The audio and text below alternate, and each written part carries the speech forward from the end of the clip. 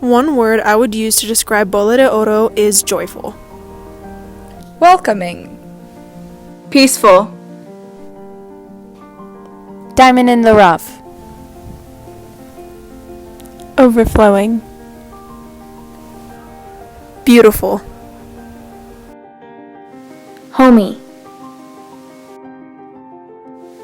Protected. Chosen. Open.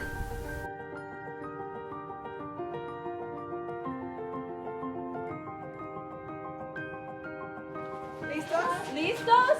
Sí, sí. ¡Oh! ¡Oh! ¡Olele!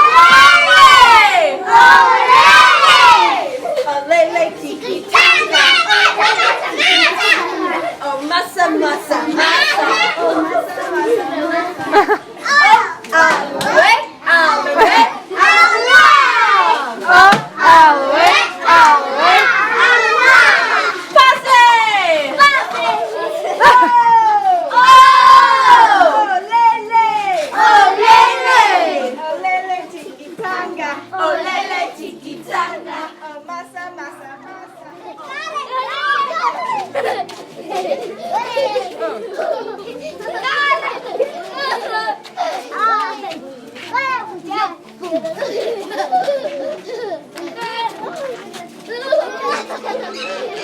Hola, Spunky.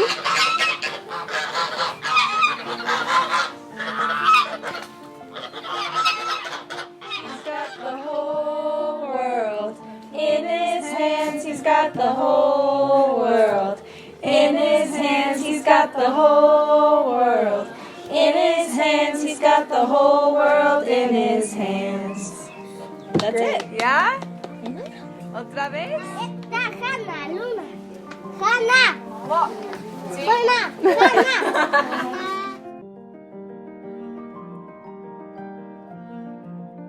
We have these today. These are called pronouns. Pronouns. And so we're gonna practice making like simple sentences today. Does that make sense? So this is run. Correct. Yeah. Very good. Okay. So run. Apagamos. Apagamos. Aparramos.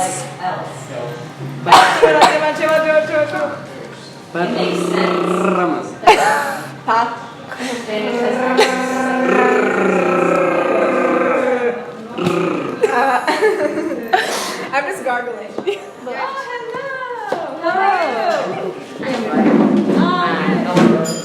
Also good. Welcome.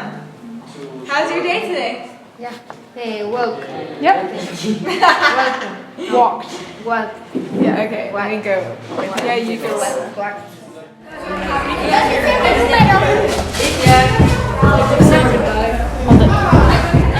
Ryan. Cool beans. Cool beans. Misiones de baja.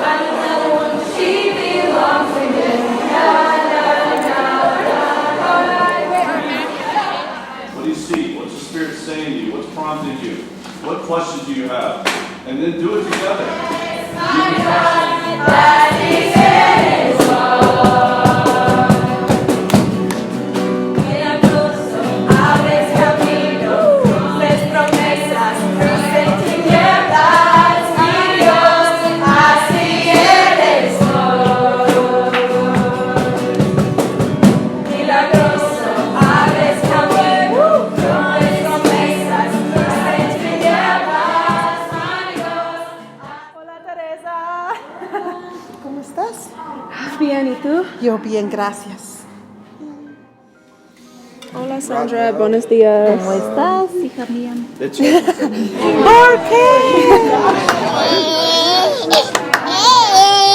Give a joke. ¿Qué?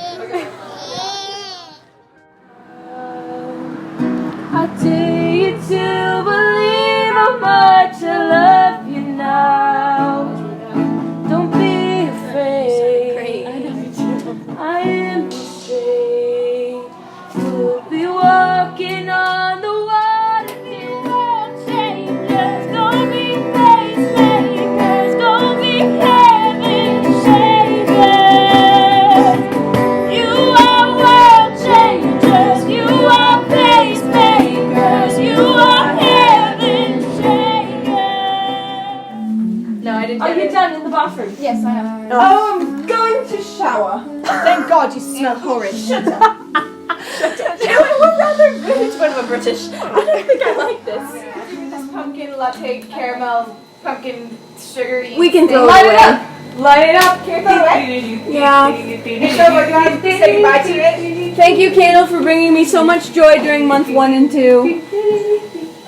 I will always think of Guatemala every time I smell, what is it? Caramel pumpkin latte. Caramel pumpkin latte. Everyone get a No, you don't marry.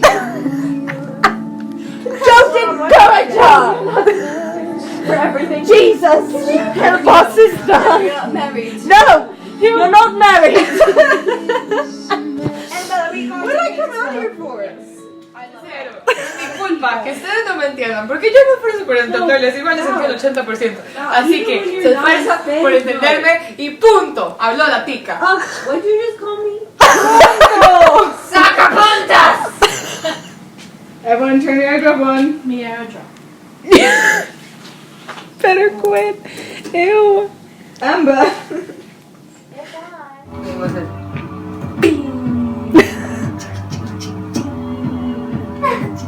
I can't see you. I mean, I just don't think it's a coincidence that Kanye West dropped a Christian album when I was a missionary. Love you. To you. Good night. Hello, everyone. We're Team Master. This is the World Race Vlog. I'm too nervous. Stage fright. So, this is our last night in Guatemala. We're all packed. Our room has been put back to the way it was when we first got here. And basically, I just got some questions on Instagram that we're going to have like a mini debrief about. The first question is, what's your favorite team memory or inside joke? 4:37, because Hannah doesn't know how to work her watch, this Hannah, and every day at 4:37 p.m. it goes off, and we all say, oh, 4:37. Guess what time it is? I don't know how to turn it off.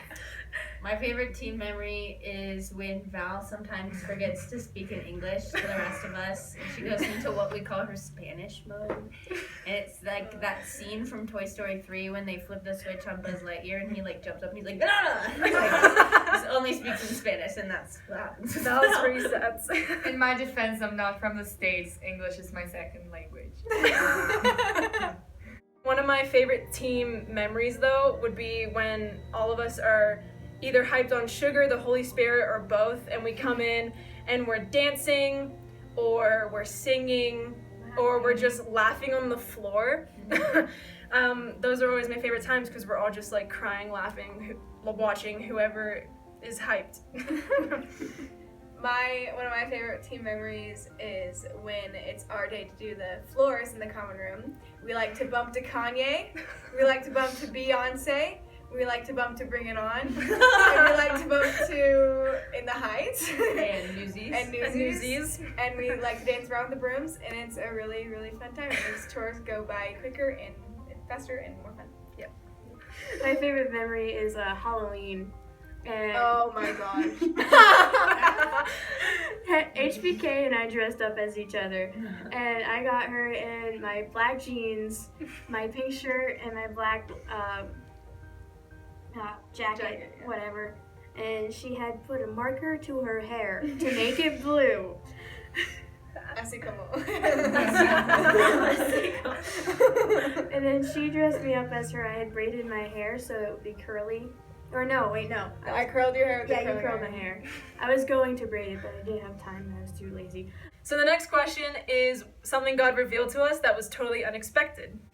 Something unexpected for me was I came into the race ready to learn like all the supernatural things and just like the very deep things about God, and God actually just wanted to show me the basics and just show me the things that I thought I knew and that I thought like I understood. He was like, there's actually so much more to that. So he's just like taking me like back from the beginning, and it's something I didn't expect, but it's been like so good to be able to have like stronger foundation and just greater convictions of what I believe. For me, something that was expected but not expected, more not expected than expected. You get the idea. We have a diagram for that one. Yeah, so I had a wheat gluten allergy for 13 years, since I was 6 to week 1-ish of the race. And I kind of had a piece that I was gonna be healed, that God was gonna take away this allergy that had taken so much of my life away from me from eating awesome foods. And so, yeah, so I felt this peace that I would be okay, like I wouldn't have to worry about eating and all that. And so I told my team this like week 1, and they were like, oh my gosh, we're gonna pray for you right now for healing. And as soon as they were done, they made me eat a piece of bread with some Nutella on it, because I was also dairy-free for 3 years. That's another thing also, obviously, healing. And so they had me eat this piece of bread with the Nutella on it, and usually it takes 30 minutes to an hour for me to feel bad and eventually throw up. 2 hours later, I was fine and had forgotten that I had a piece of bread, and so now every day since, I've had something with gluten in it, and dairy, and so yeah, God is really good. Thanks, God. I have never thanks, God. seen someone eat as many carbs as I have seen him eat carbs in 3 months, so we can attest to the fact that she is most definitely healed from food intolerance. I'm This enjoying girl life. eats bread like a mad woman. I came on the race thinking that this was going to be a season of me being led and me being just like stepping back and like learning what it, just like going all in the Christian life or whatever, and like faith, but God was like, you've always been a leader and it's your time to learn what it actually means to be a leader. And so I'm learning that being a leader stems from intimacy from the Father and not from my own strength. I just realized we're in an Esther sandwich because both Hannahs are on the end. That's great. With real bread. High five. So the next one is what you miss most from home. My plant. I have an aloe plant. I've named him Gerald. We love Gerald. My mom, who has a black thumb, is taking care of him. And so I'm really worried that he might be dead when I come home. I miss my dog Piper, and every time I FaceTime my parents, they try to get her to look at the phone, and she like won't look at the phone, and they do it every time, and it just breaks my heart, and I miss her a lot. And I kind of miss my family too, but mostly my dog. I definitely, from home, I miss like the specific things. I miss like watching Survivor and Modern Family with my parents, driving around in my town with my best friends back home. I just miss just driving around aimlessly and eating too much. And I miss my church group back home in Wambaland, where I led worship. I just miss that group a whole lot. I thought you were from Australia. Something that I miss the most from home is my sister, because she's my best friend in the whole world. And I know she doesn't watch this, or read my blogs, or read my text messages, or even try to communicate with me.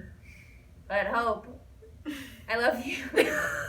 I miss my mom's cooking. I miss my mom's hugs. I miss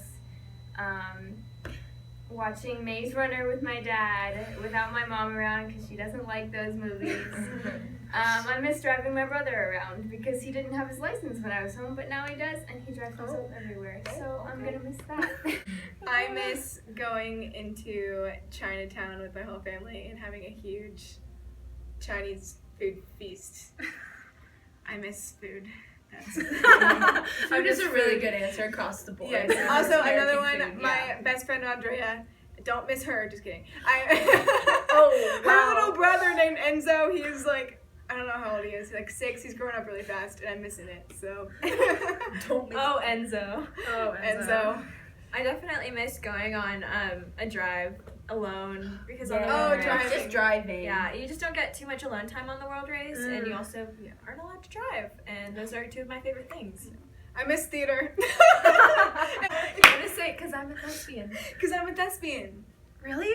Yeah. Insert all videos where she says she's a thespian. Thespian. All of This is for Thespis. I'm a thespian, thanks. And we're thespians or actresses. Yeah. Thespians! This one's a thespian too.